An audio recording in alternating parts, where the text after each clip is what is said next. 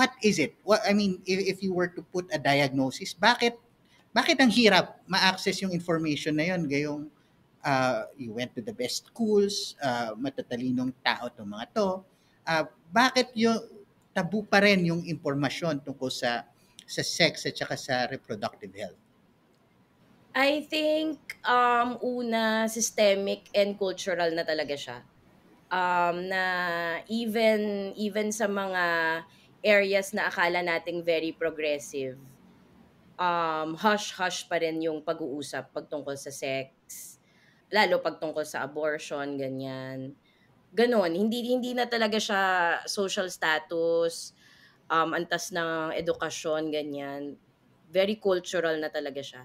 And I think malaking bagay na hindi kasi siya naisa sa batas, eh. So, wala talagang law na nagpo-protect sa mga bata, sa mga babae.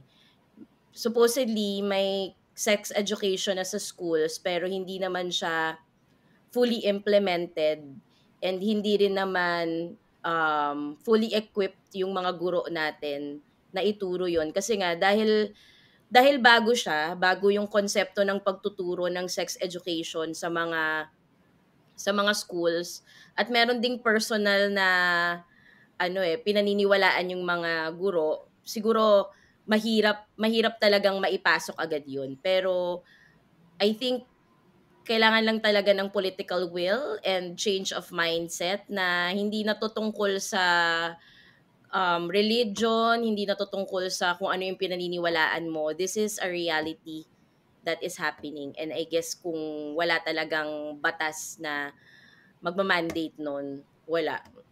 Yung kung ano yung nangyari sa atin sa akin, na kung ano yung Quiapo, kung papaano kapangit yung access sa tamang information, kawalan ng sex education many years ago, magiging ganun pa rin years from now.